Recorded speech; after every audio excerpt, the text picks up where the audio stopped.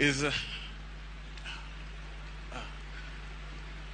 right now at this point, he wouldn't be too happy that everybody's focusing on the man.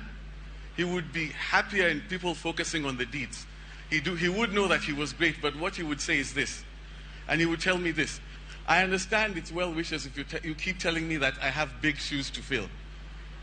He would laugh because he knows, and he has trained me. That is not the point. The point is for me to do my best, and if I see if I can help, I will try and help and make everybody be equal. I know that's my job. But the point that everybody else is missing, don't focus on him. Focus on what he would want. And what he would want is very simple. I don't have big shoes to fill. We all have big shoes to fill. This is for all of you. Wherever you go, start now. Be honest, try your best, upset people, but be forthright. You don't have to be the best person in the world. You don't have to be the nicest person in the world. But you know what you can do? You can give everybody an equal chance in whatever it is that you do.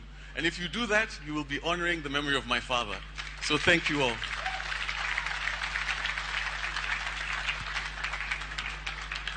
I'm going to ask the choir to give us a small interlude of music as I acknowledge what Dr. Michael Magoha has just said.